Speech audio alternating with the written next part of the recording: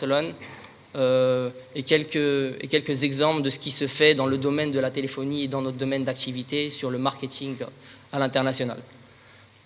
Après, il y a des marketing spécifiques. Donc, comment Accent aujourd'hui a réussi à s'internationaliser dans ces pays-là, c'est à travers toutes les délégations qu'on a faites. Et c'est surtout, en fait, c'est s'adapter.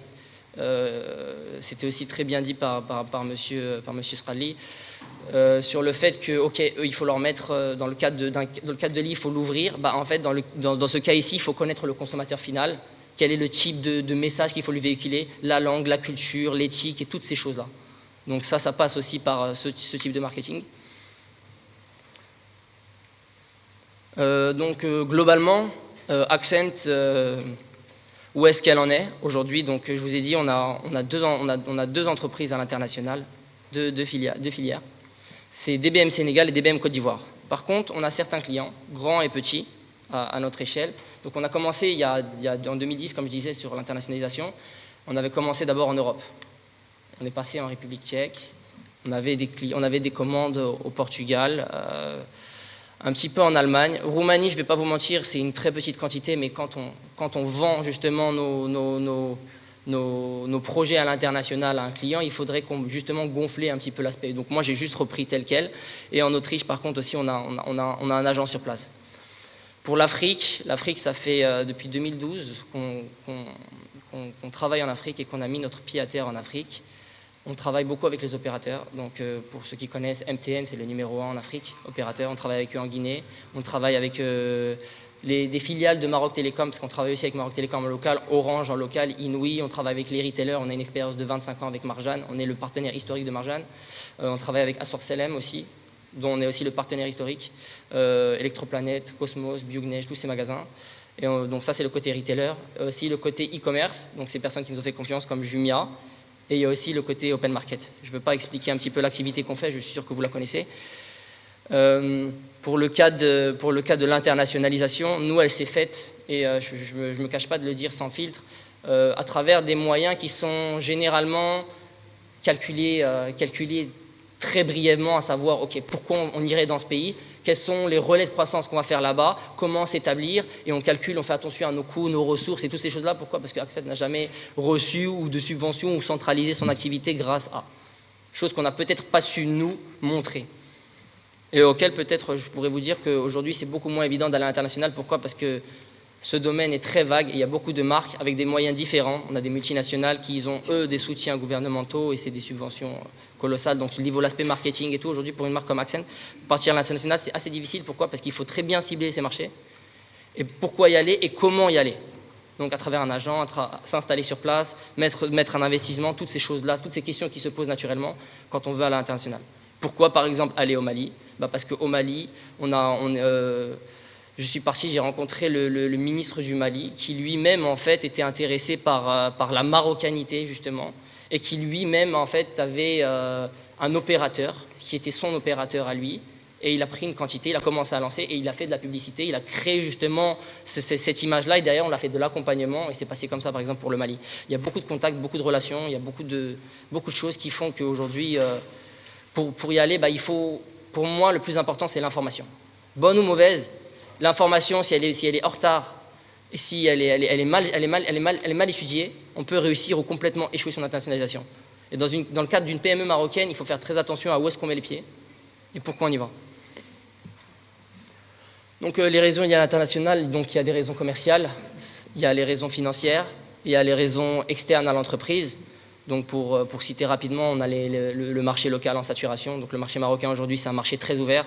Le Maroc, peu importe le domaine d'activité dans lequel vous exercez, il faut savoir qu'il y a des domaines qui sont libéralisés, très ouverts, où la concurrence est très féroce. Et si demain vous créez une entreprise ou que vous avez une entreprise et que vous ne l'avez pas encore internationalisée, il faut vous dire, ok, qu'est-ce qui protège aujourd'hui mon entreprise sur le territoire national? Et dans le cas où elle ne serait pas bien protégée, quelles sont les tendances du marché sur les années à venir? Et à partir de là, comment prévoir? Parce que pour votre entreprise, vous êtes le seul responsable de comment ça va se passer demain. Vous avez une nouvelle loi qui tombe, par exemple, pour ne pas citer nos homologues éthiopiens. Du jour au lendemain, ils ont verrouillé complètement leurs portes au niveau des importateurs. Ce qui fait que toutes les marques qui importaient localement, ils se sont retrouvés à rapidement devoir importer en payant des grosses taxes. Et du jour au lendemain, une réforme qui est passée et c'est interdit les exportations. Donc si vous avez une entreprise, par exemple, où vous faites du business là-bas avec un client, il faut penser à créer justement localement, monter une entreprise et faire les choses. Donc toujours se tenir informé en même temps de ce qui se fait. Nous, dans le cadre du marché marocain, aujourd'hui, on n'a pas su défendre. On est encore en train de travailler dessus. Et on a vite compris que le marché marocain, c'est un marché très ouvert. Donc on a un taux de douane, par exemple, dans le domaine de la technologie, c'est droit de douane et TVA, c'est 20% plus 2,5. Ça s'applique à tout le monde. Et n'importe qui demain, que ce soit une marque chinoise, iPhone, coréenne ou tout ce que vous voulez, si elle rentre sur le territoire, c'est un mastodonte qui arrive sur vous, c'est une vague qui vient et qui frappe avec des budgets colossaux, avec peu d'investissements sur le territoire national. Pourquoi ? Parce qu'en Afrique, quand on investit en Afrique, et pourquoi on est parti en Afrique réellement, c'est parce que l'Afrique aujourd'hui, c'est une terre de devenir, il y a plein de ressources, et il y a encore des politiques gouvernementales où c'est possible de faire du business. Essayez d'aller toquer à la porte d'un pays européen, et si vous n'avez pas ces certifications, si vous n'avez pas toutes ces choses-là, tous ces bagages que vous avez dès l'entame, qui sont faits, c'est très difficile. Et après, il faut aller chercher, il faut aller chercher des relais de croissance, il faut aller voir si on s'installe, comment on s'installe, et est-ce qu'on pourra rester. Et c'est encore plus d'investissement, parce qu'on compare le modèle occidental au modèle africain, donc c'est beaucoup, beaucoup de choses. Je parle beaucoup et je m'arrête sur beaucoup de choses parce que c'est beaucoup d'idées qui viennent en même temps. J'ai pas pris le temps d'organiser mes idées comme j'aurais dû sur papier. C'est un petit peu à cause de mon côté théorique. La stagnation du marché national, oui, la taille restreinte du marché national. Aujourd'hui, le Maroc, dans notre domaine à nous en tout cas, le marché est en déclin, le marché va mal. Il y a beaucoup de nouveaux entrants. Et il y a l'offre et la demande, en fait, il y a beaucoup plus d'offres que de demandes, ce qui fait qu'aujourd'hui, il faut se battre beaucoup plus pour peu de résultats. Et moi, je peux vous dire, il y a 5 ou 6 ans, Accent se portait très très bien, parce qu'on était 2 entreprises dans tout le Maroc, c'est-à-dire 35 à 40 millions d'habitants officieusement. Et Samsung avait ses parts de marché. Nous, on a notre stratégie de positionnement de prix sur le rapport qualité-prix, on a nos services après-vente. Et c'était, on se regarde, mais on ne se dérange pas trop. Ok, Accent, vous êtes plutôt bon sur vos tablettes, donc du coup, nous on fait nos tablettes haut de gamme, on a notre marque, on a nos stratégies, on a nos équipes, et plus ou moins chacun tirait le pour et le contre. Donc ça, c'était un petit peu sur le marché. Oui. et donc ça a fait que du jour au lendemain, on a dû vraiment aller très vite en besogne et retravailler nos stratégies locales pour partir à l'international. Donc certaines raisons, les motivations qui l'ont poussé à l'entreprise à s'exporter, donc je vous l'ai dit, donc rapidement, c'est le contexte monétaire des échanges internationaux. Aller en Afrique, c'est bien beau, mais quand vous allez en Afrique et que vous voulez vous installer en Afrique, il y a une chose qu'il faut savoir. Moi, je parle de l'Afrique parce que c'est l'expérience que j'ai surtout. Donc, je vous dis un petit peu ce que je sais. Aller en Afrique, c'est quoi ? Ok, on peut aller faire du business, on peut aller s'installer. Vous ouvrez une société en moins de 48 heures, vous avez toutes les paperasses, les documentations, vous donnez ça, et puis votre entreprise est créée, et boum, vous pouvez commencer vos activités. Derrière, par exemple, pourquoi aller au Sénégal ou en Côte d'Ivoire ? Pourquoi on a commencé par le Sénégal ? Parce que déjà, il y avait beaucoup de Marocains, c'est bête, mais il y a une grosse minorité marocaine au Sénégal, comme en Côte d'Ivoire. Il y a une culture qui est très proche. Il y a beaucoup de musulmans aussi, ça aussi ça aide dans les relations, d'avoir la même culture, d'avoir les mêmes mœurs, c'est les mêmes choses qui se répètent. Et aussi le fait on a nos institutions bancaires. Attijari Wafa Bank est partie s'installer dans une quinzaine de pays, je crois, et là elle vient de racheter Barclays l'année dernière, je crois, en Égypte. En fait, le fait de suivre ces banques-là, ces institutions financières qui sont locales, nous, on a par exemple demain un compte à Attijari Wafa Bank, et on a un client direct ou indirect dans ces pays-là qui ont ces institutions-là, on a une certaine sécurité à aller faire du business. Parce qu'en Afrique, c'est très difficile de partir, aller faire du business et de se dire, bon, ok, mais il y a quoi qui me protège ? Est-ce que j'y vais par moi-même ? Et donc, à ce moment-là, j'investis des fonds et j'y vais, je gère mon truc et je passe par mes relais à moi ? Ou est-ce que, justement, j'essaye de m'étendre par les moyens que j'ai qui sont justement beaucoup plus petits, et à ce moment-là, j'y vais avec mes propres ressources et j'essaye d'avoir des relais de croissance des clients, et donc il faut que je fasse avec les aléas, que ce soit l'aspect financier, ressources humaines et toutes ces choses-là. Je ne veux pas toutes vous les énumérer, je pense que vous les avez lus. Les 4 points de motivation, donc oui, un marché international favorable et propice, en l'occurrence. Les outils à disposition. Aujourd'hui, Maroc Export, j'ai cité Maroc Export et Maroc Invest. Vous savez que Maroc Export et Maroc Invest, c'est deux organismes gouvernementaux. Maroc Export, c'est celle qui accompagne les entreprises à l'international. Et Maroc Invest, c'est une autre organisation et un autre organisme qui accompagne les entreprises au niveau de l'investissement. Donc en fait, si vous voulez, on a deux entreprises qui font la même chose en soi, dans la même finalité, mais qui étaient pendant toutes ces années différentes. Donc il fallait aller chez Maroc Invest pour essayer d'avoir justement cette poussée en termes de fonds et pour aller dans ces pays à relais de croissance. Et derrière, partir avec Maroc Export pour aller faire de la prospection, ces délégations dont c'est là où j'ai aussi rencontré monsieur Alali. Et aujourd'hui, ils sont en train de fusionner à Rabat. Donc toutes ces choses-là aussi, ça c'est une sorte de motivation. Pourquoi? Parce qu'au Maroc, il y a des choses qui sont en train de se faire. Peut-être un petit peu plus lentes, peut-être dans un contexte, mais il faut les connaître, il faut les savoir pour mieux s'armer. Contribuer à la compétitivité des entreprises marocaines et évaluer l'objectif pour une meilleure gestion des risques. Les points et d'idées motivation, donc je vous ai parlé de la notion de proactivité et de réactivité. Quels sont les facteurs internes et externes? Je ne veux pas trop m'attarder dessus parce que je sais que j'ai dépassé le temps de parole. Ok. Donc certaines conditions sine qua non, par contre, ça pour moi c'est important. Étudier et analyser le marché, donc connaître les normes, les législations en place, le marché, les habitudes de consommation, toutes ces choses-là sont été dites. Identifier les zones à fort développement, ne pas être le seul prestataire, seulement un prestataire, excusez-moi. Pourquoi? Parce que moi c'est un cas d'école qui nous a arrivé, où on n'était pas le seul prestataire et on s'est fait doubler. Mais c'est des choses où au final on emmagasine et on apprend et on gagne en expérience. Et d'ailleurs, je voulais revenir sur une chose très intéressante que vous aviez dit tout à l'heure, et on l'a vécu cette chose-là, c'est quand on est parti en Europe il y a 10 ans, on avait un distributeur en République tchèque. Ce distributeur en République tchèque travaillait très bien, il avait un business très stable, il avait beaucoup de secteurs d'activité. Et à travers une incohérence entre... pour ne pas rentrer dans les détails, il s'est passé qu'il a voulu se lancer en autonome en voyant le potentiel grandissant de la marque, parce qu'on était dans beaucoup de salons, on commençait à apparaître dans certaines choses, et donc il est parti protéger la marque, chose qu'on n'avait pas faite évidemment. Pourquoi? Parce qu'on était mal averti sur ça, et donc on est parti en litige. Cette personne n'avait pas le savoir-faire qu'a Accent, c'est-à-dire ses 20 années d'expérience à faire et créer et aller devoir, parce que faire un téléphone, c'est pas partir en Chine, aller auprès d'une usine, toquer à sa porte et demander, c'est des tests, c'est beaucoup de softwarisation. Moi, par exemple, je peux vous dire qu'on met 6 mois pour fabriquer un téléphone. C'est 6 mois de tests dans différents laboratoires et c'est les tests de qualité, c'est des services, c'est beaucoup de choses. Je ne veux pas rentrer dans le vif du sujet, mais ce que je voulais dire, c'est que voilà, pour le cadre de la République tchèque, on était parti en litige, on a gagné.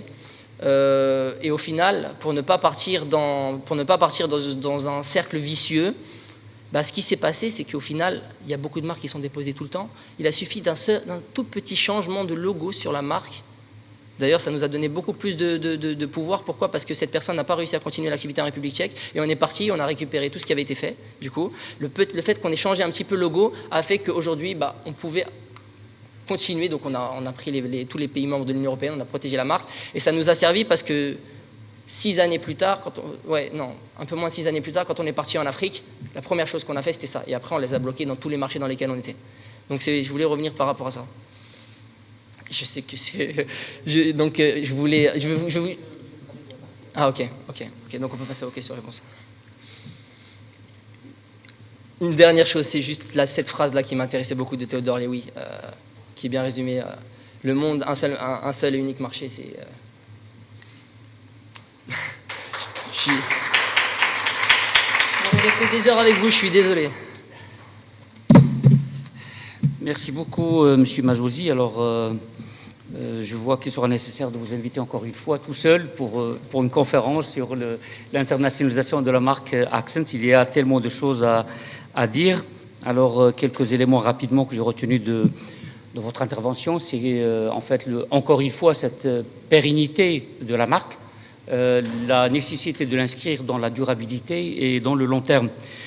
Mais ça se fait souvent d'une façon progressive, parce que c'est un processus d'apprentissage progressif qui permet de renforcer la marque au fur et à mesure que l'on avance dans le processus.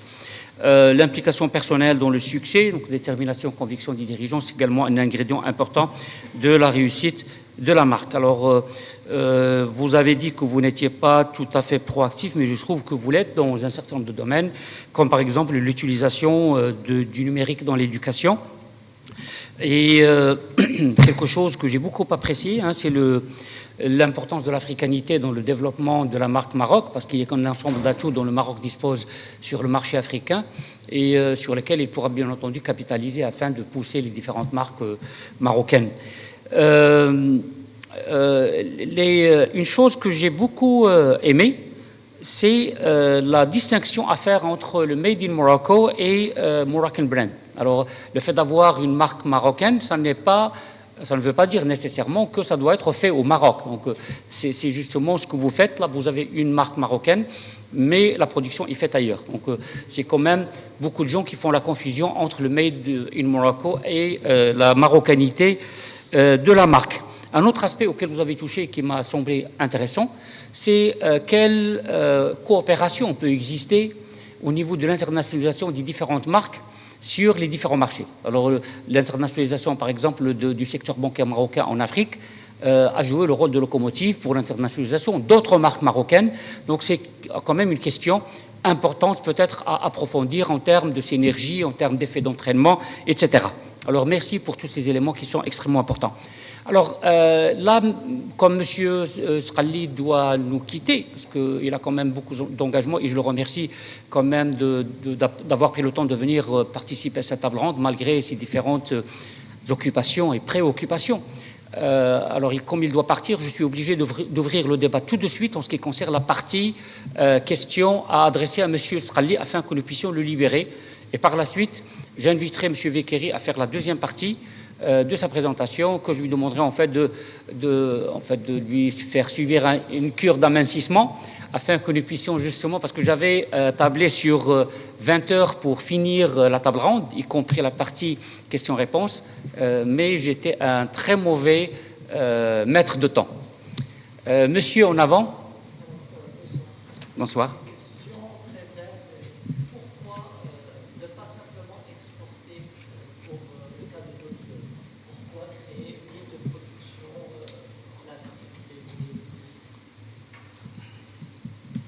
Avez-vous entendu la réponse? On prend quelques questions avant de... Est-ce que vous avez besoin de prendre note de... Oui, pour M. Srali? Allez-y.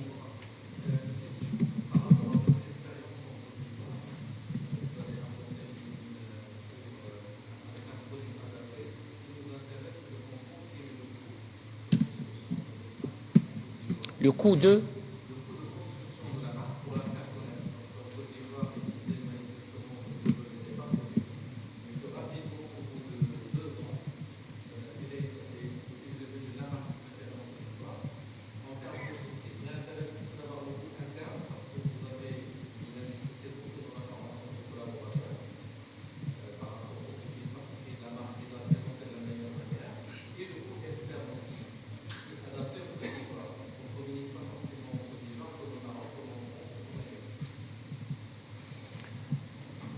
Monsieur?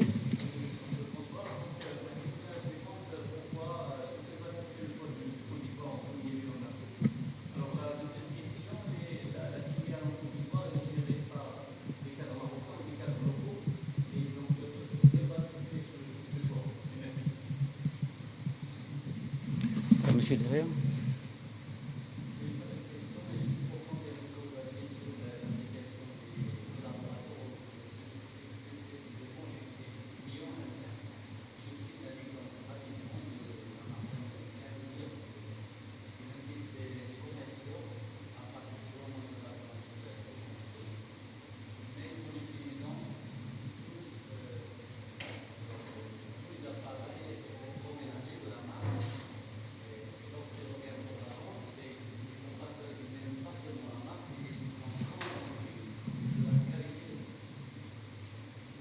Avez-vous compris la question? Je ne suis pas certain de l'avoir comprise, mais de toute façon. Oui.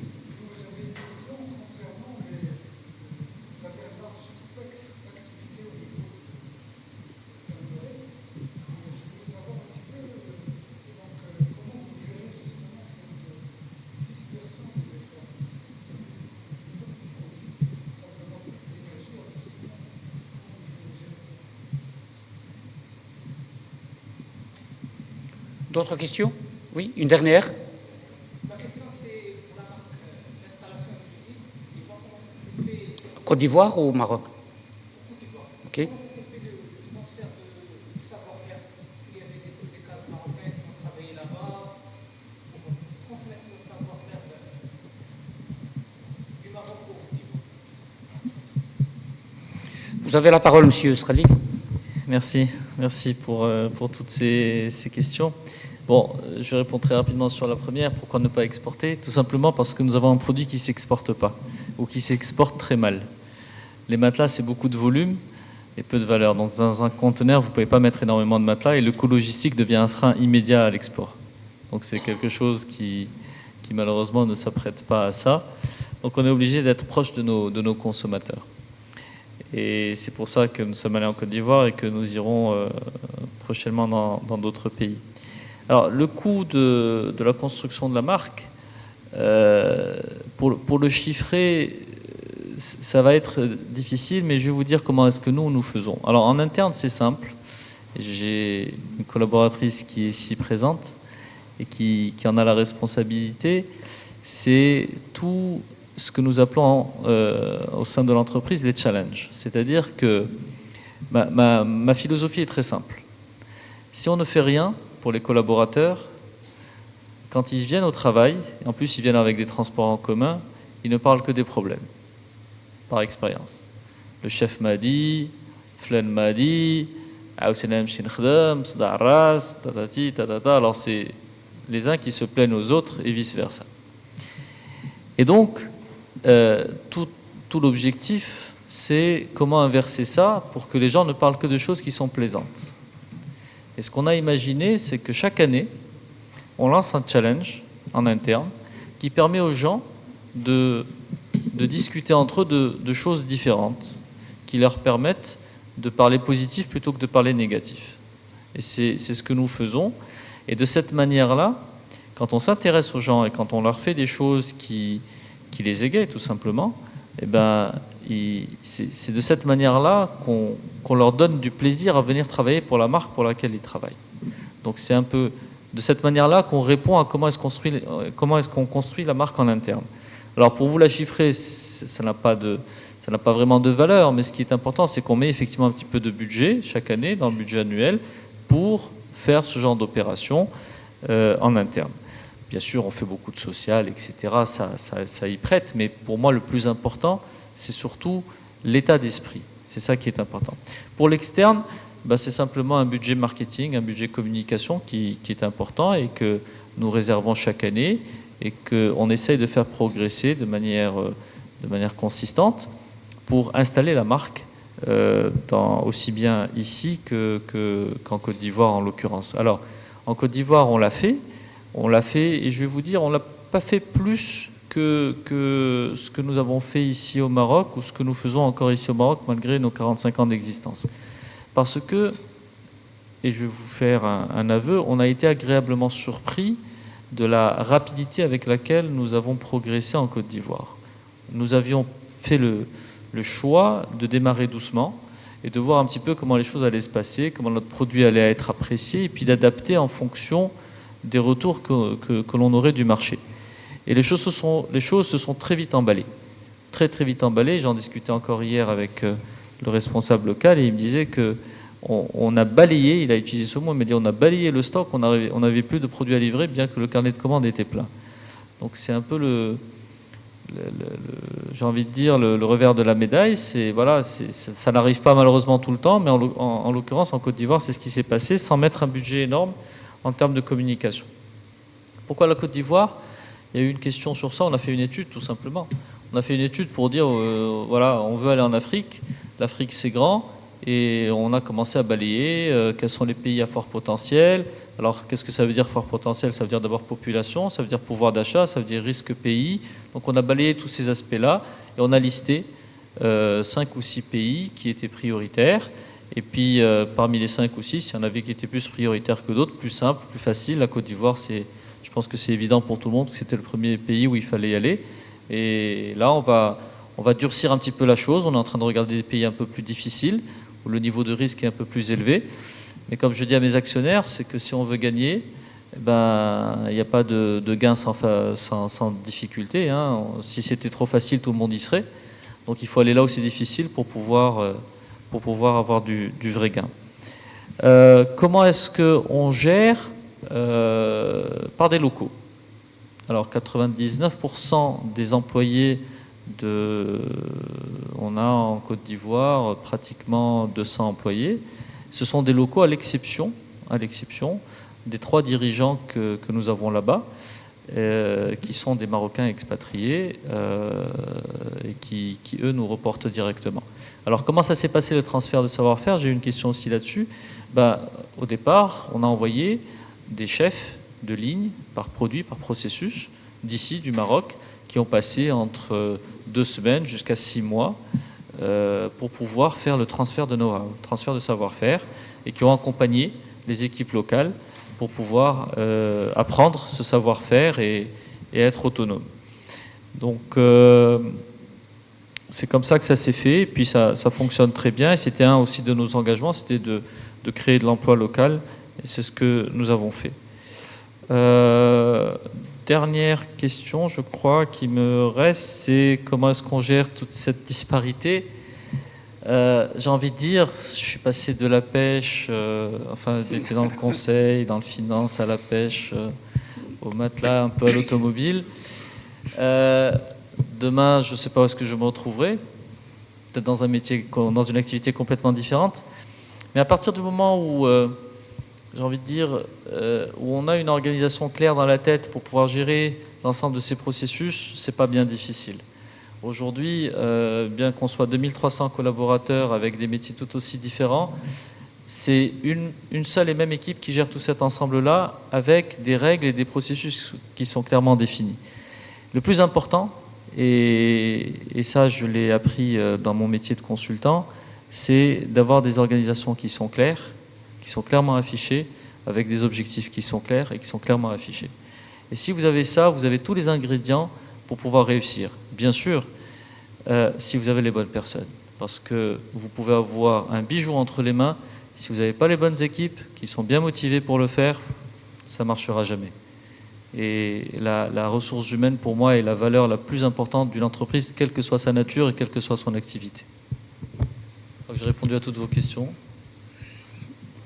Merci beaucoup, M. Scali, de votre générosité et d'avoir accepté de participer à cette table ronde. Donc, votre rapport a été très apprécié et je vous remercie encore une fois au nom de l'ESCA, au nom des participants et en mon nom propre. Et j'espère que l'occasion nous sera donnée de vous associer encore une fois à d'autres activités, à d'autres manifestations au niveau de l'ESCA. Merci beaucoup et on vous libère.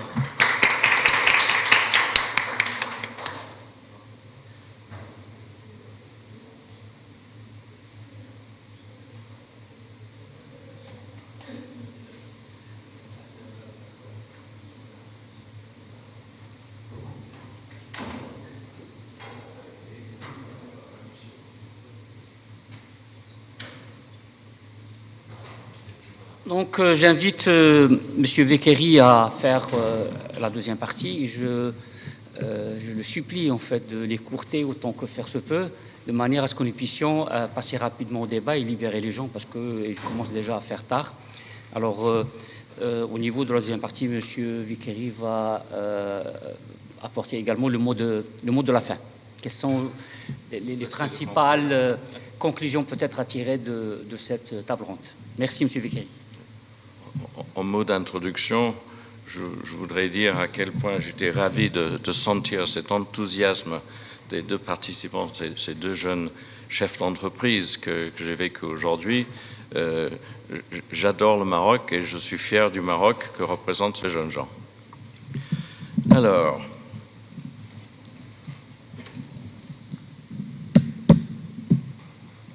agissez toujours comme si votre marque était l'actif le plus important de votre entreprise. Le rendre plus fort doit être votre objectif principal. Sans elle, vous n'existez pas. Si vous êtes invisible, on ne peut pas vous identifier ni vous reconnaître. Votre marque porte votre ADN en elle, véhicule vos garanties et vos promesses et crée de la valeur par la confiance.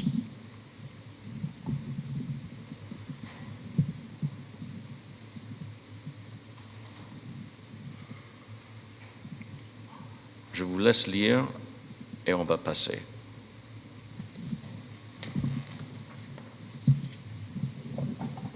La règle la plus importante peut-être dans les best practices que je vous propose, c'est d'assurer que vos fondamentaux sont respectés lorsque vous répondez aux circonstances de l'environnement local.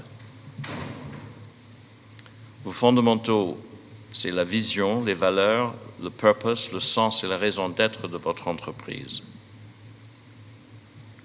Organiser une gestion de marque rationnelle et holistique avec un seul responsable de la diffusion et approbation des éléments de la marque. On l'appelle le brand custodian. Un des grands problèmes des entreprises, c'est qu'il y a trop de monde qui s'occupe de tout lorsqu'il s'agit de la marque. Et de temps en temps, on constate aujourd'hui, ce n'est pas l'homme de marketing qu'il faut nommer à ce poste. Les problèmes de marque, lorsqu'ils sont compris en tant que cœur de stratégie de l'entreprise, ça commence en haut.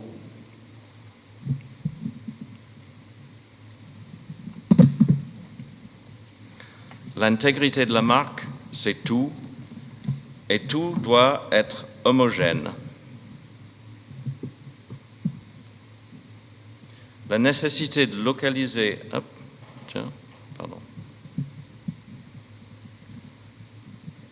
Il vous faut une boîte à outils, des lignes directrices, un glossaire, une charte graphique, manuel de marque, qui permettent aux autres, en dehors de votre entreprise avec qui vous allez travailler à l'étranger, de comprendre votre plateforme de marque. La nécessité de localiser son langage de marque est inversement proportionnelle à l'homogénéité des besoins locaux par rapport à votre marché principal et à la présence d'une culture de consommation globale. Tout le monde veut un iPhone. Tout le monde ne veut pas encore un Accent.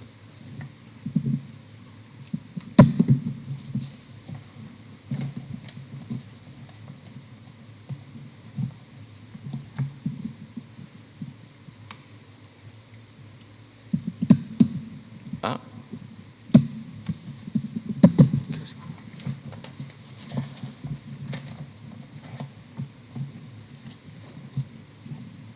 Construire votre boîte à outils, système d'identité, code de la marque, éléments de la marque, manuel de marque. Le manuel de marque expliquera le code visuel autour du nom et dictera exactement comment, quand et où les éléments de marque doivent être employés et placés. La typographie autour du logo, les couleurs, les tailles seront aussi déterminées. Le manuel indiquera des exemples de bonne et de mauvaise utilisation. Mais nous sommes en 2018. Tout a changé. Si vous avez un système ERP, il faut intégrer tout ça.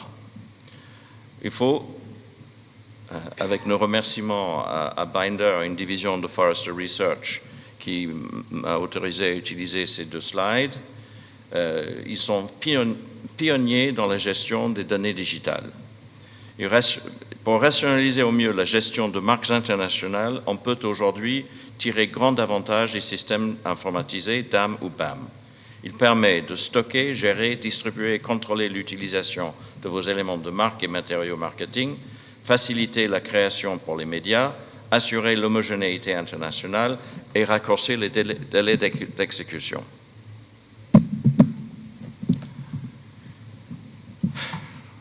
Si vous arrivez à bien lire, on peut passer plus rapidement. Sinon, je suis tout à fait d'accord pour vous donner les traductions. Le DAM va assurer la cohérence et la conformité de votre marque de bout en bout pour tous les médias et applications. Connectez la gestion de vos éléments de marque à votre ERP ou simplement votre système IT. Accélérer les délais d'exécution et permettre la flexibilité dans les détails d'application. Il faut qu'il soit modulable et adaptable. Pendant la phase de croissance de votre marque, vous pouvez augmenter votre capacité de réponse à la demande. efficace dans l'allocation des ressources et des processus rationalisés, quantifiable, mesurable, faire grandir votre marque grâce à des analyses et une meilleure connaissance et créer l'autonomie responsable à travers des systèmes de mesure pointus métriques. C'est accountability.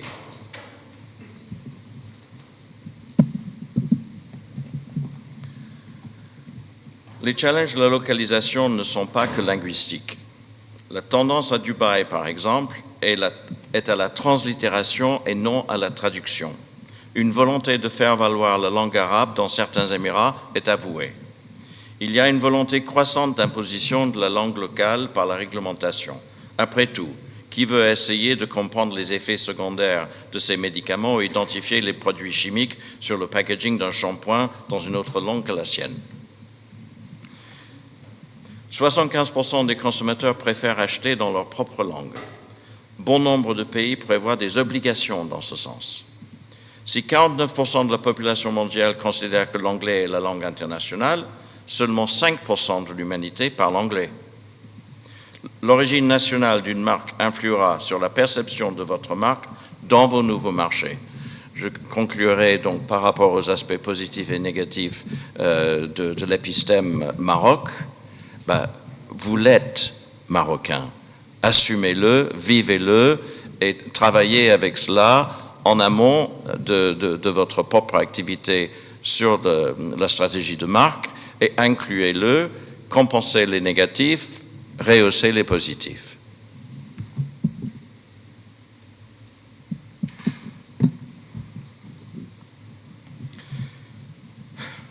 C'était la partie la plus sympa de ma présentation, mais je crois que je vais passer dessus. Bon, je ne sais pas si vous avez suivi un peu ces problèmes que peuvent avoir les marques automobiles en Chine. BMW voulait dire boîte en métal pour conserver les cendres des défunts. C'est un peu difficile lorsqu'on est un fabricant de voitures. Donc ça a évolué dans un premier temps à Bie-Mo-Wu, ce qui veut dire ne me touchez pas.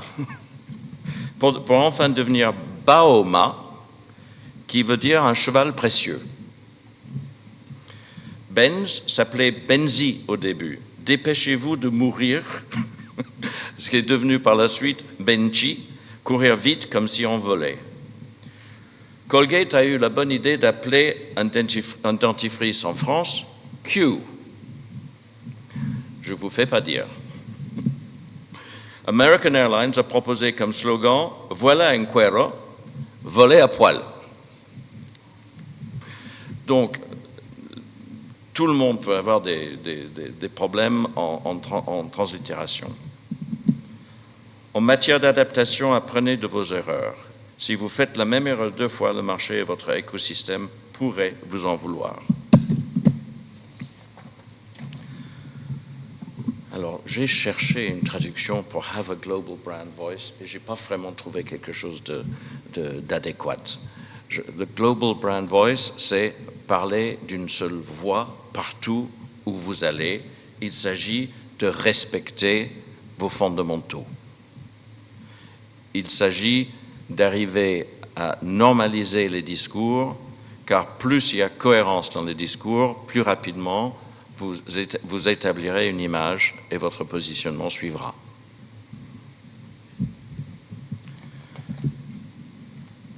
Dotez-vous de talents multiculturels pour la gestion de votre marque. Consultez et inclure vos partenaires locaux dans la démarche d'intégration et sondez le marché local dès le départ, avant de commencer.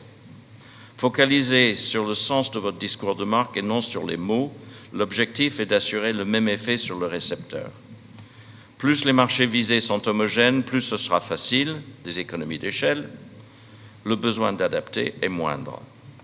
La standardisation des supports médias réduit le coût de son internationalisation. Le corollaire est également vrai. Une image vaut 1000 mots, même bien traduits. Plus une marque est considérée comme internationale, plus sa qualité perçue augmente. C'est une loi. Plus son brand premium augmente, plus elle est perçue comme prestigieuse, plus elle générera des profits. If you don't own it, don't even try to use it. Ça semble un peu puissant comme discours, mais j'arrive après toutes ces années à cette conclusion. Si vous n'arrivez pas à déposer d'une façon ou d'une autre une marque que vous envisagez d'utiliser, faites autre chose. Ça vous coûtera moins cher à la longue et vous pourrez vous concentrer sur l'ensemble de vos activités.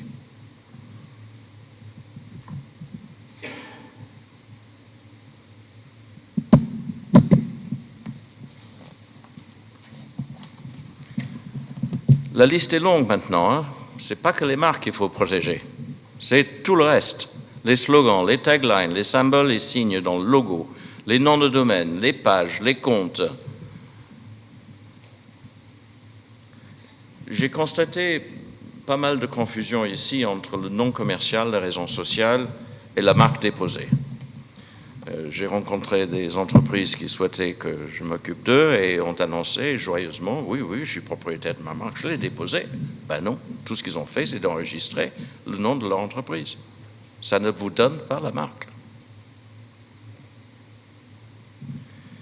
Assurez-vous que votre raison sociale nom d'entreprise est disponible et conforme à la législation locale. Ça devient plus compliqué en partant à l'étranger parce que, particulièrement au Moyen-Orient, ils ne tolèrent pas n'importe quel nom d'entreprise. Il y a des interdictions assez nombreuses.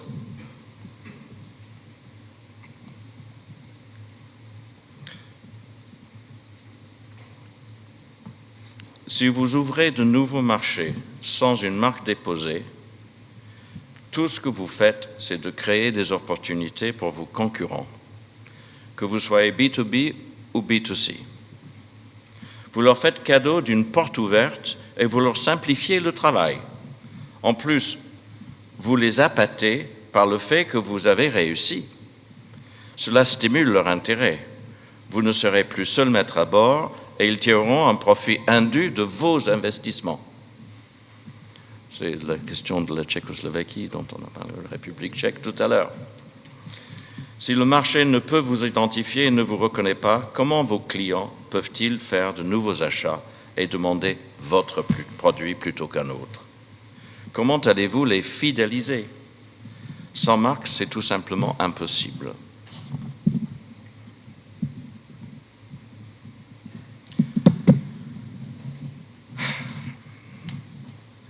À l'international, vous ne pouvez pas être sur place tout le temps. Quelqu'un doit représenter votre marque et vous devrez déléguer. Vous ne pouvez déléguer une responsabilité efficacement sans déléguer l'autorité. Déléguer l'autorité, c'est faire confiance. Mesurer le degré du respect de la confiance repose sur la clarté de la communication de ses objectifs et de ses attentes. Votre marque est le pivot pour obtenir l'adhésion à vos principes stratégiques et la signature de ce contrat de confiance. C'est votre griffe. Nous savons ce que nous pouvons attendre et ne pas attendre des produits d'Armani, d'Yves Saint Laurent, d'Hermès, mais aussi d'Apple, Mercedes et BMW. C'est la même chose pour n'importe quelle entreprise.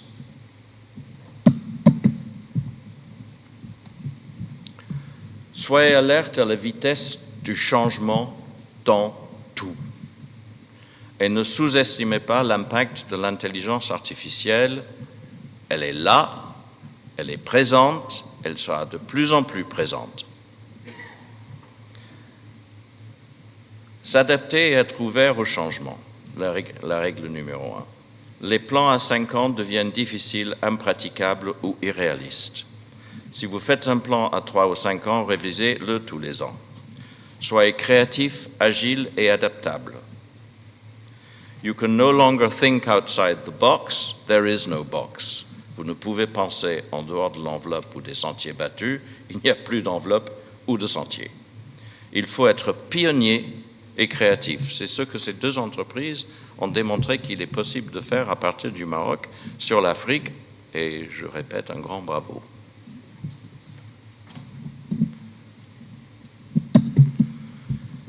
Les conclusions.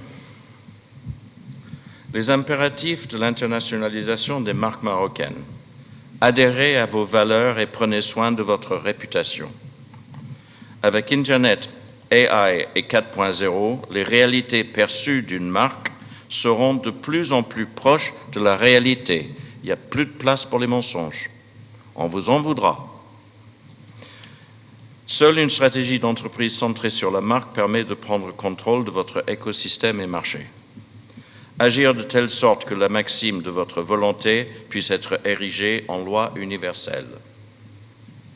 Traitez les autres comme une fin en soi et jamais comme un moyen.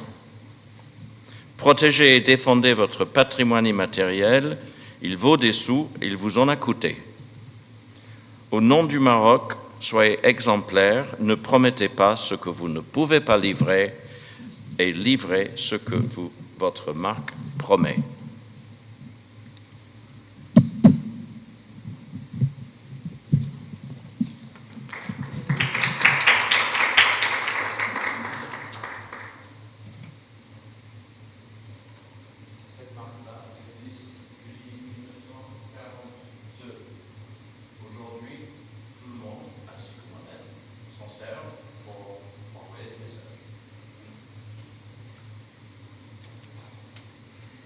Merci beaucoup, M. Vekeri, de cette conclusion fort intéressante qui résume les principaux axes de cette table ronde. Alors, je ne voudrais pas charcuter votre présentation parce que tous les éléments que vous avez cités sont très importants, mais il y a des éléments que j'ai retenus plus que d'autres. Alors, d'abord, la marque comme étant l'actif le plus précieux, le plus important de l'entreprise, et cette notion de visibilité également qui est donnée exclusivement par la marque. Les entreprises qui n'ont pas de marque ne sont pas visibles sur le marché. Sans marque, on n'est pas visible. Les fondamentaux de la marque, la vision, la valeur, la mission, justement auxquels il faut attacher la politique de la marque. La gestion de la marque qui doit être rationnelle et holistique, puis avoir un brand custodian au niveau de l'entreprise afin qu'il puisse justement suivre l'évolution de la marque et apporter les ajustements qu'il faut. Alors, standardiser le back-office et localiser le front-office aussi, c'est un message que j'ai trouvé assez fort.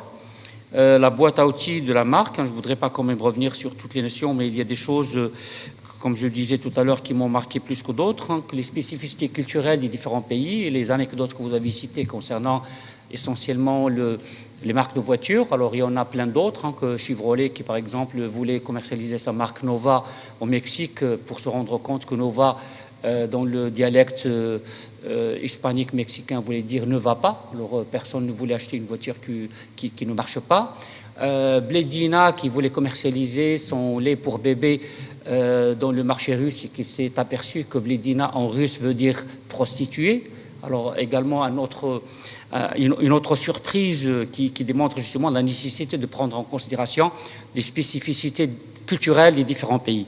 Alors, je passe sur les signes, sur la signification des couleurs, la signification des parfums, etc. Il y a plein de choses là qu'on peut citer dans ce chapitre. Alors, nécessité de très bien préparer l'internationalisation de sa marque. L'internationalisation ne doit pas s'improviser.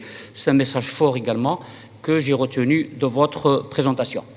Alors, il se fait déjà tard, mais je vous remercie beaucoup et j'apprécie beaucoup le fait que vous soyez restés jusqu'à maintenant. Alors, on va ouvrir le débat. S'il y a des questions pour nos deux présentateurs, alors on va prendre quelques questions. Donc, soyez brefs de manière, s'il vous plaît, à ce que nous puissions finir sa table ronde le plus rapidement possible et vous laisser, de vous libérer, de vous donner la possibilité quand même de rentrer chez vous. Oui, monsieur ?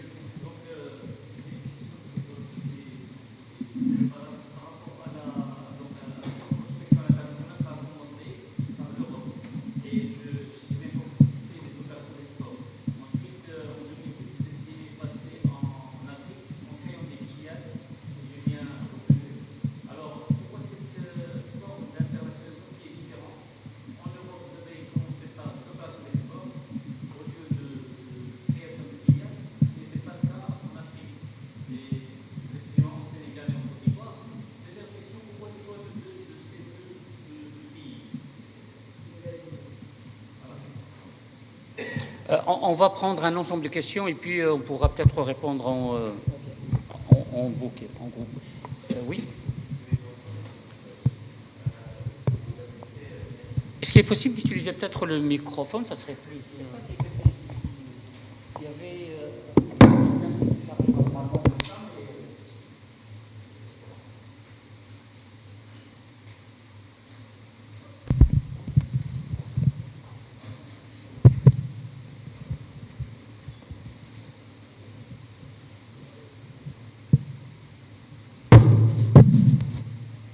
Oui, allez-y.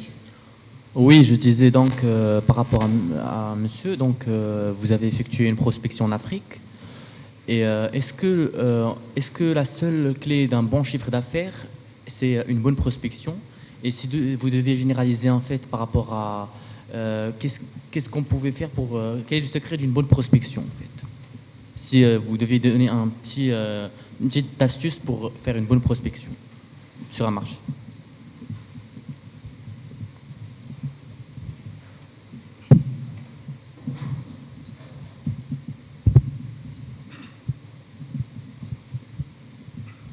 Oui, là, je voulais juste faire un petit ajout concernant la marque, puisque au niveau de la marque, donc les différents orateurs qui se sont succédés, donc ont parlé de l'importance de la marque, de la pérennité, etc. Alors, je voulais simplement donner un exemple d'entreprise qui était très soucieuse de leur marque, notamment un constructeur d'ordinateurs taïwanais qui s'est délesté de ses usines pour justement garantir cette fiabilité, cette qualité, et ne pas se disperser au niveau des efforts et se consacrer notamment au design du produit.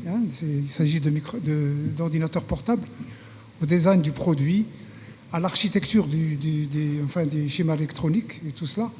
Donc ça, c'est disons, une première contribution. Je voulais aussi donner, disons, une précision concernant, vous avez parlé tout à l'heure de deux entités différentes, donc Maroc Export et Maroc Invest, donc qui agissaient un petit peu de façon... alors je voulais simplement donner une précision, c'est que ces deux organismes ont été regroupés au sein d'une même agence, l'agence marocaine du développement des investissements et des exportations. Donc en fait, parce qu'il y a une synergie entre les deux, parce qu'en fait, quand on accueille des investisseurs, ça permet d'exporter. Donc on ne peut pas faire cette dichotomie et de dire on va faire l'investissement d'un côté, les exportations de l'autre. Donc je crois que cette erreur-là a été corrigée. Et bien sûr, au niveau de la MDI, les textes sont passés en Conseil de gouvernement, ils ont été adoptés. Donc le siège, ça sera Rabat. C'est ça, mais ça va être opérationnel dans 2 ou 3 mois, dans les mois qui suivent. Alors bien sûr, il y a aussi encore des lacunes au niveau du système incitatif, parce qu'au niveau de la MDIE, il y a aussi autre chose à faire. Non seulement on a une agence qui fait de la promotion à l'extérieur, mais il faut pouvoir avoir des antennes locales. Et là, on peut parler du cas de la Corée, par exemple, qui ont aussi un organe, le COTRA, le Korean Trade, qui agit aussi bien donc, en concertation aussi bien au niveau des exportations que dans l'investissement. Mais eux, ils ont plus de 175 bureaux dans le monde. C'est des bureaux constitués donc de 5-6 personnes avec du personnel local. Et c'est pour ça que c'est ce qui explique un petit peu le grand saut qualitatif et quantitatif de la Corée du Sud, qui est devenu un grand pays. C'est un petit pays au niveau géographique, mais c'est un grand pays au niveau des exportations. Et je crois que là aussi, c'est une expérience à méditer. Et merci. Merci. Est-ce qu'il y a d'autres questions? Non? Alors, on va pouvoir passer aux réponses. Je crois que toutes les questions sont adressées à M. Mazouzi. Alors, une première sur la prospection qui a été faite d'une façon plutôt atypique, dans la mesure où ça a commencé en Europe, et puis par la suite, vous vous êtes intéressé au marché africain. Alors, comment expliquez-vous cette prospection atypique? Dans le cadre de notre prospection en Europe, donc pourquoi déjà on était parti sur le marché européen? Parce que déjà notre expérience et nos pratiques a fait que on s'était doté, comme je l'avais dit, de beaucoup de partenaires d'accréditation, de brevets, et c'était au moment où la marque était en train de se développer. La marque avait déjà dépassé la décennie, mais on avait ces accréditations, tout ce savoir qu'on avait accumulé, et on était aux normes européennes, et on faisait beaucoup de prospection qui étaient visées justement sur le marché européen à ce moment-là. Pourquoi? Parce que moi je pense que si on regarde un petit peu, les choses qui se font, nous on a suivi, comme je dis, on n'a pas été proactif, on a été réactif, on a beaucoup suivi ce qui s'était fait. Aujourd'hui, on voit qu'il y a une tendance avec un frein sur l'économie européenne et qu'on va vers l'Afrique. Et nous, en fait, c'était les premières portes qui s'étaient ouvertes à nous. Ça veut dire que quand on partait et qu'on montrait notre marque à l'international, on venait avec nos certifications, nos accréditations CE, ROS, et c'était beaucoup plus simple, en fait, de partir sur un marché où, en fait, si on voulait réussir en Afrique, parce que l'Afrique, ça a toujours été dans la tête de la direction de partir et de s'étendre justement à l'international. Donc, étant donné qu'on est sur un marché, on est dans un pays, sur une planète aujourd'hui où il n'y a plus de frontières et elles n'existent plus, réussir d'abord en Europe, c'était important. Ça veut dire qu'on est passé en Europe, on ne s'est pas installé parce que pour maintes et maintes raisons, passer par la réussite de certaines expériences en Europe, via des réseaux de distribution, via des opérateurs, via des retailers aussi, et des sites de e-commerce, c'était pour nous un bagage assez intéressant pour dire que on est dans ces pays-là, on fait ces choses-là, notre marque est représentée dans ces pays-là, et ça a justement aidé à notre crédibilité, à la marque, à faire ce qu'elle fait aujourd'hui. Donc nous, on avait une stratégie bien concrète de s'installer en Afrique, et ça qui date de très longtemps. Est-ce que le fait, par exemple, qu'il n'existe pas une tradition au niveau du Maroc dans l'exportation de produits à forte charge technologique, est-ce qu'il n'explique pas en partie votre choix pour l'Afrique plutôt que pour l'Europe où vous avez commencé vos prospections? Moi, si je m'attache à ce que fait le Maroc dans sa stratégie géopolitique et les partenariats qu'elle signe, le Maroc aujourd'hui, par exemple, il suffit de prendre certains domaines d'activité, l'agriculture. Au Maroc, l'agriculture, c'est quelque chose où c'est de l'ordre de... on ne touche pas à l'agriculture. C'est quelque chose où vraiment on est très fiers de ça. On l'exporte, c'est un produit du terroir. Au Maroc, on exporte beaucoup du produit du terroir et c'est protégé. On a signé beaucoup de contrats, que ce soit avec les pays européens, l'OMC. On a aussi été boycotté par les Espagnols. Pourquoi? Parce qu'on avait des produits de qualité et on n'arrivait plus à les faire rentrer. Pourquoi? Parce qu'on était en train d'attaquer l'économie européenne. Je pourrais pas parler parce que j'ai pas assez de bagages et que je suis pas expert sur ça et que on parlait clairement.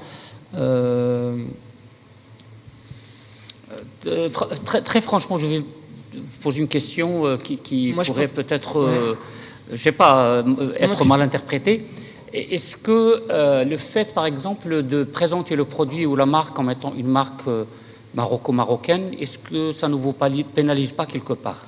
Moi, je pense pas finalement. En fait, on pourra dire ce qu'on veut. L'origine de la marque, c'est une chose. Et derrière, il y a la marque, ce qu'elle fait. Nous, on a une marque aujourd'hui. Si vous regardez un petit peu, que vous cherchez, que vous allez sur votre ordinateur, que vous mettez Accent, ou que vous demandez à droite à gauche, ou que vous allez dans les grandes surfaces ou les sites, vous verrez que Accent, c'est une marque qui est sur une stratégie de meilleur rapport qualité-prix. Aujourd'hui, nous, la première chose qu'on revendique, c'est la qualité de notre marque, c'est les process qu'on fait, c'est les accréditations, c'est les services, c'est tout l'environnement de la marque. On est par exemple dans le domaine des smartphones, sur des téléphones entre 500 et 1500 dirhams. Donc nous, on a très bien choisi où est-ce qu'on voulait aller. Pourquoi? Parce que plus on rentre sur des brands A, et à ce moment-là, le consommateur final ne réfléchit plus à quelle marque il va acheter. Pourquoi? Parce qu'il va dans son idée, il va dans l'esprit de la sécurité.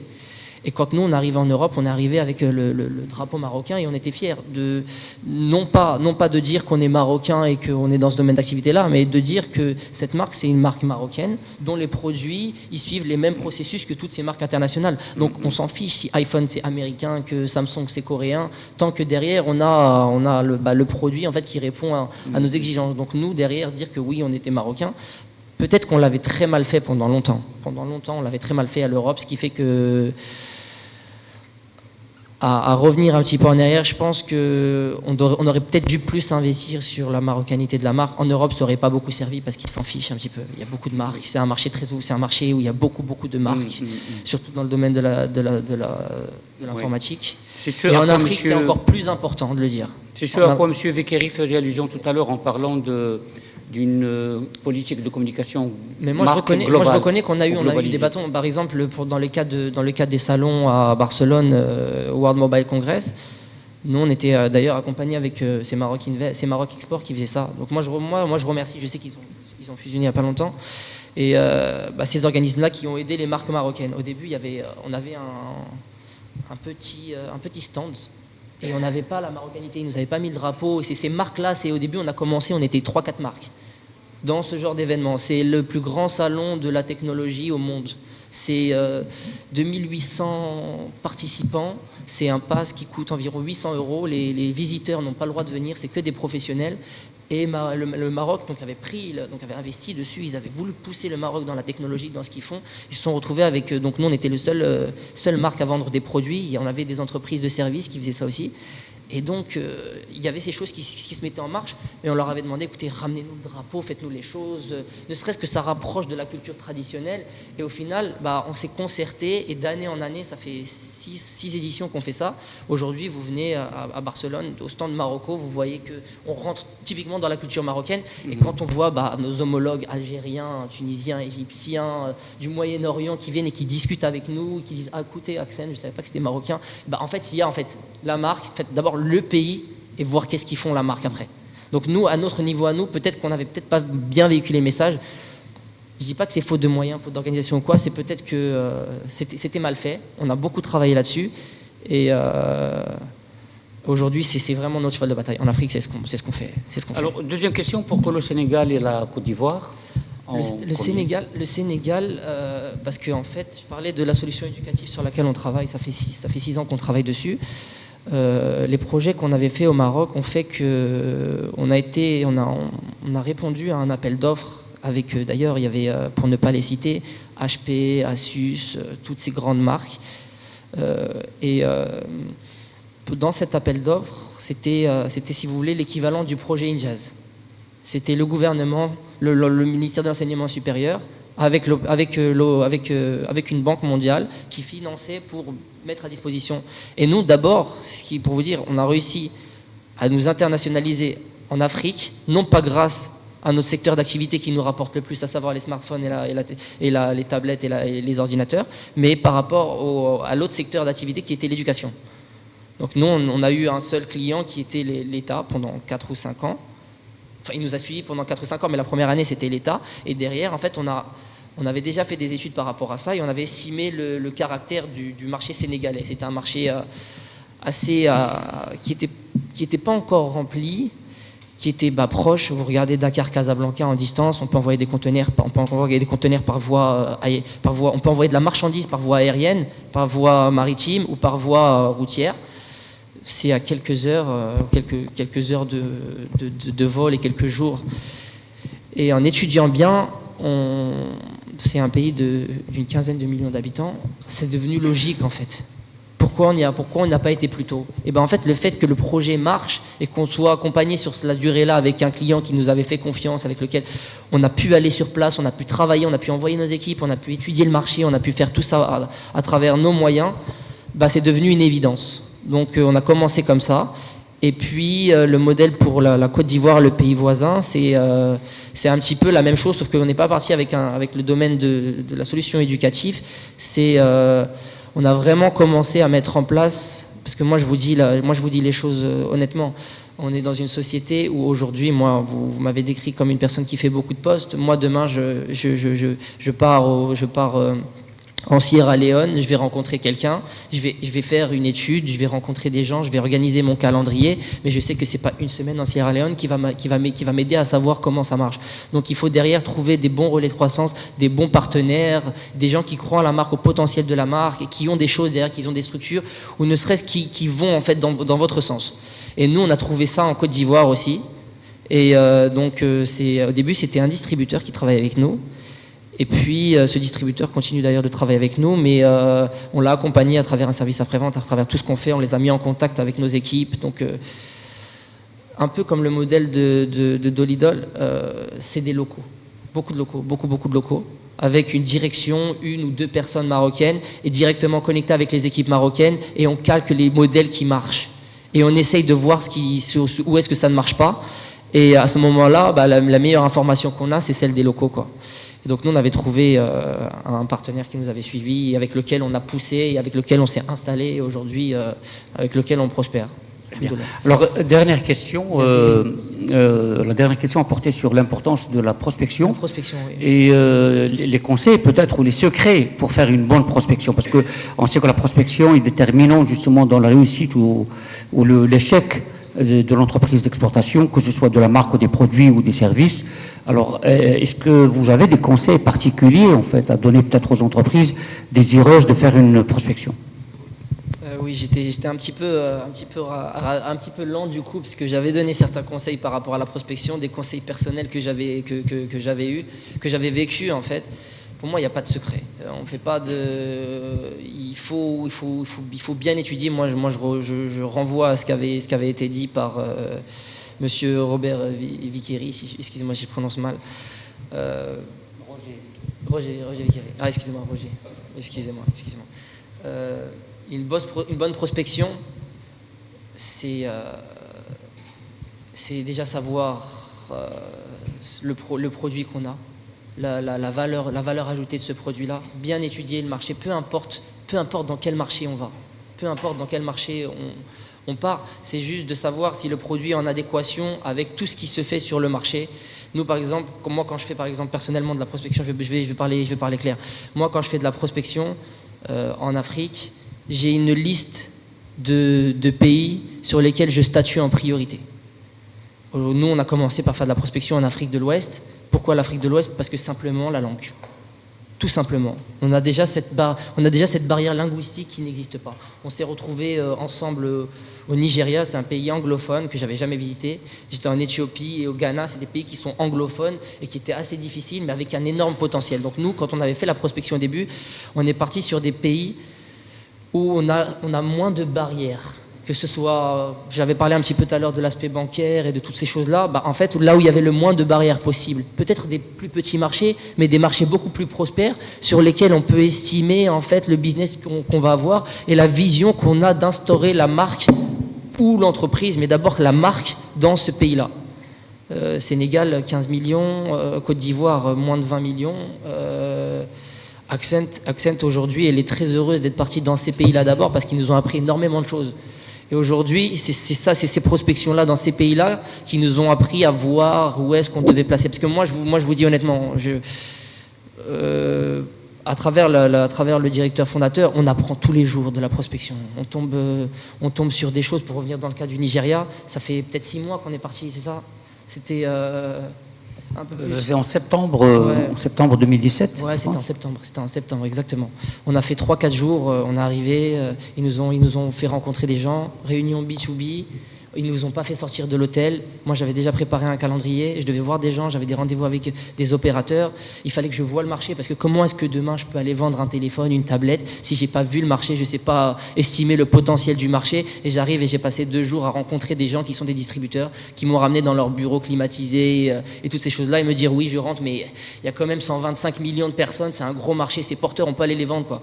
Non, moi ce que j'ai fait, c'est que mes 2 jours, je les ai stagnés. Ok, voilà le nombre d'entreprises qu'il y a, celles que j'ai vraiment envie de voir. Une demi-journée, il faut que j'aille sur le marché. Donc on m'a dit, écoutez, il y a Boko Haram, c'est dangereux et tout, vous sortez pas, on se porte pas garant de ce qui peut vous arriver demain à Lagos.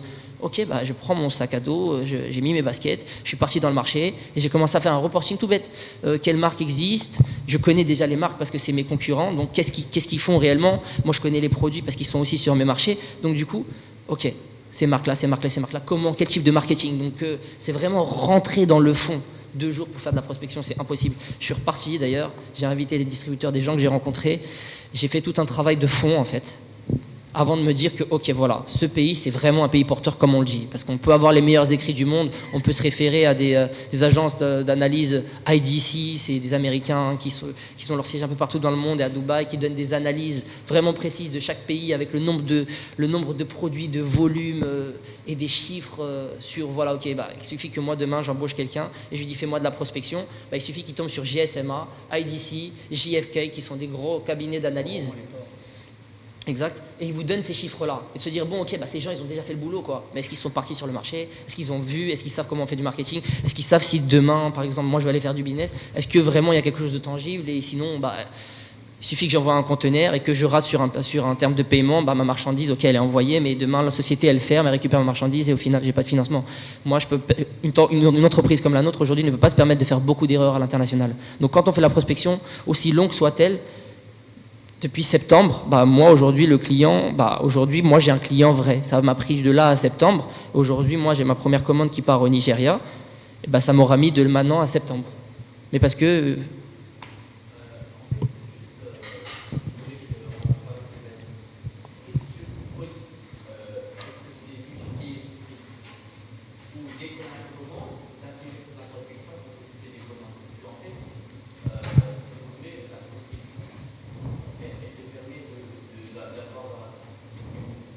contact, des relations et ouais.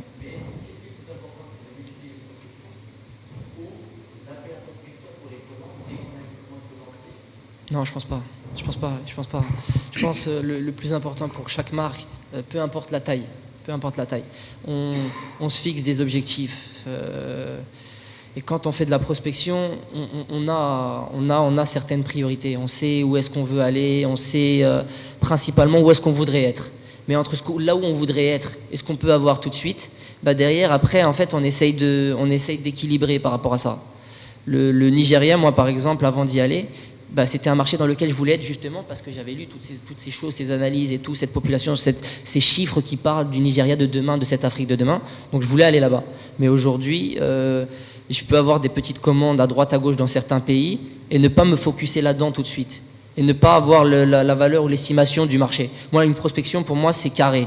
On a un plan stratégique sur voilà, où est-ce qu'on voudrait être, ce qu'on peut faire aujourd'hui grâce à travers nos budgets, à travers les choses qu'on a, et quelles sont principalement nos préoccupations. Le Nigeria, je ne l'ai pas mis en priorité, pour pas vous mentir. De là à septembre, ce n'était pas ma priorité.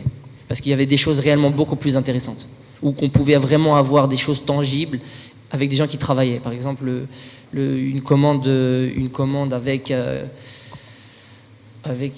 quelqu'un en Guinée. Bah, entre septembre et maintenant, le gars au Guinée, je ne le connaissais pas, et il a la 3e commande. Et le gars, il veut un service après-vente. Excusez-moi si ma façon de parler est un petit peu... il a sa 3e commande, il veut s'installer, il veut monter là, il veut créer Accent, il veut installer la marque là-bas, service après-vente et développer niveau communication et faire les choses. Et nous, on l'accompagne sur ça. Donc nous, on fait tout ça pour lui, mais derrière, on a trouvé un distributeur qui était vraiment prêt à travailler. Je ne sais pas si j'ai bien répondu à votre question. Alors, dernière question là, parce qu'on doit clôturer, hein, parce qu'il est déjà 9h et puis il y a des gens qui s'impatientent. Conga, oui. Jumia. Oui.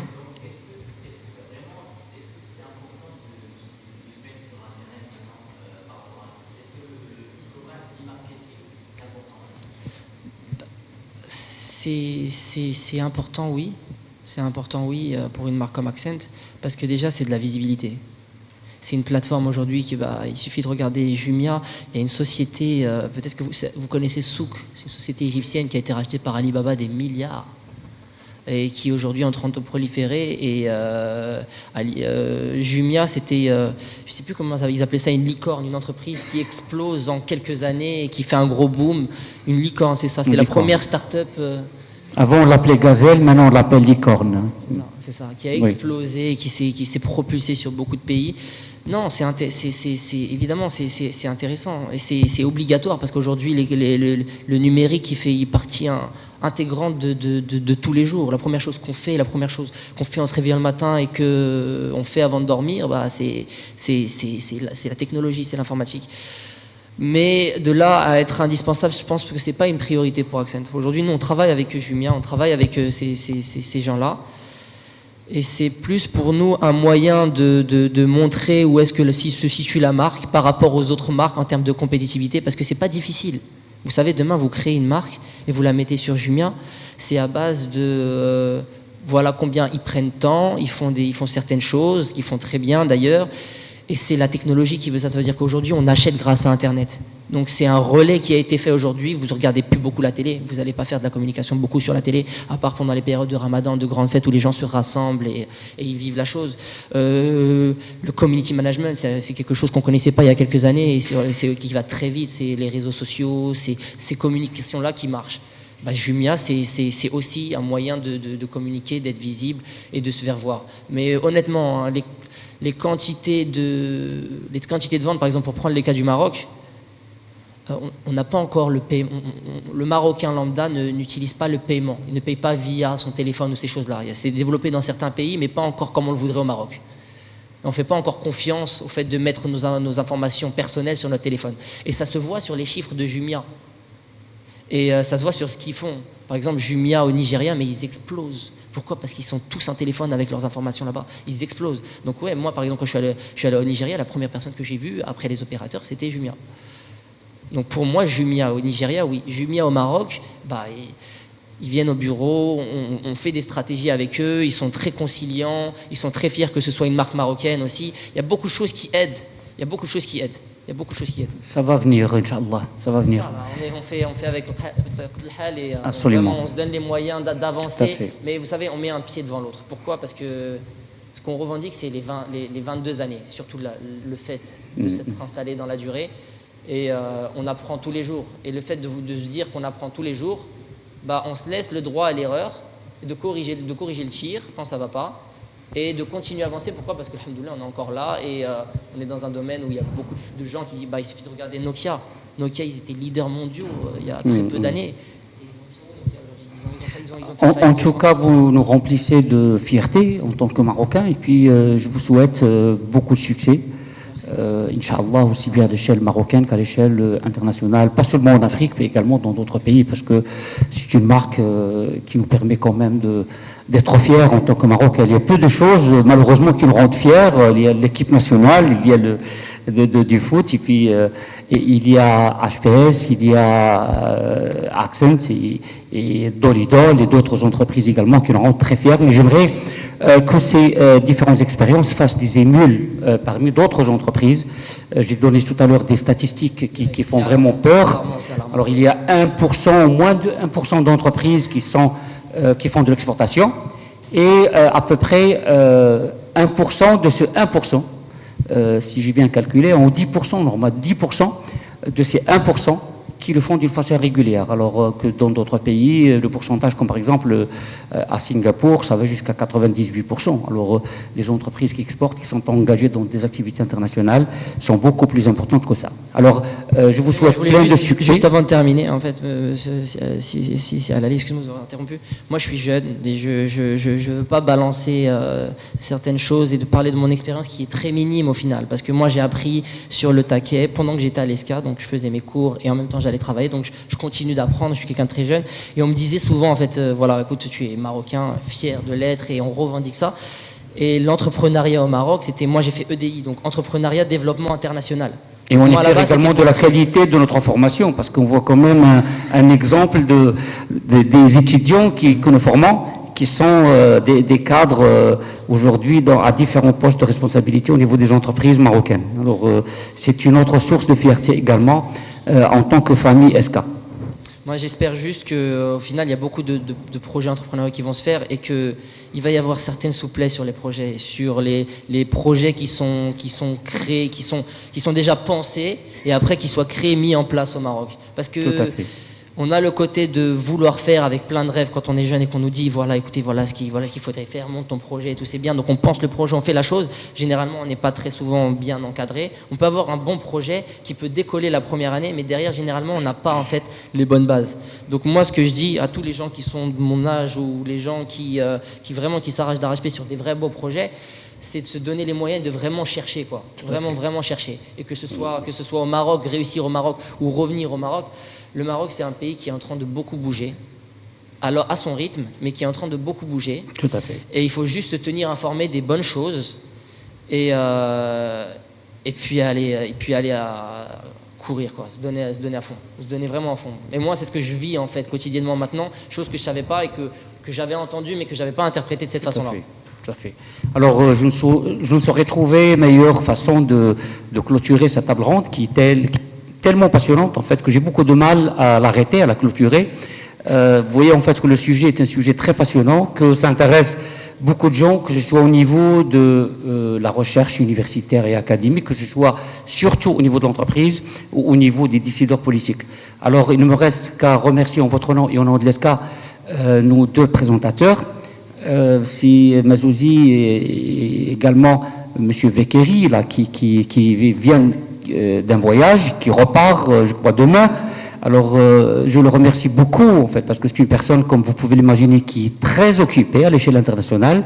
Alors, il passe sa vie entre les avions, là, donc il passe peut-être beaucoup plus de temps, comme disait M. Jalil Srali tout à l'heure. Nous passons au moins un tiers de notre vie à dormir, et donc il faut que le matelas soit de bonne qualité. Alors, M. Vekeri passe beaucoup de temps également à bourlinguer des pérégrinations qui l'emmènent entre Montreux, Paris, Londres, Casablanca et d'autres capitales. Alors je le remercie beaucoup, je le remercie vivement d'avoir accepté de venir partager avec nous sa riche expérience en tant qu'expert international reconnu dans le domaine de l'accompagnement de l'internationalisation des marques. Alors j'espère que nous aurons l'occasion encore de l'écouter à ESCA au niveau des conférences, surtout dans le cadre de la série Essentiel du Management qui est gérée par Madame Yasmina Zitan qui est là au fond et que je remercie beaucoup également. Je vous demande s'il vous plaît gentiment de l'applaudir pour l'excellent travail qu'elle fait.